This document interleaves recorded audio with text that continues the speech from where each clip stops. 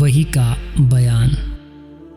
رسول اللہ صلی اللہ علیہ وسلم پر نازل وحی کب اور کیسے ہوا، اور اللہ تعالیٰ کا یہ فرمان کہ ہم نے تم پر وحی اتاری جس طرح حضرت نوح علیہ السلام اور ان کے بعد دوسرے پیغمبروں پر نازل کی۔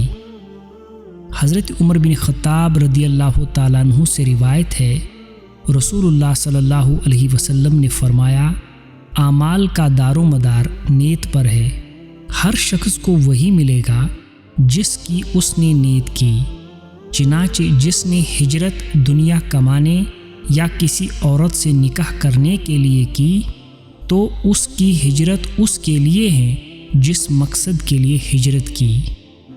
دوستو، یہ حدیث بخاری شریف کی پہلی حدیث ہے۔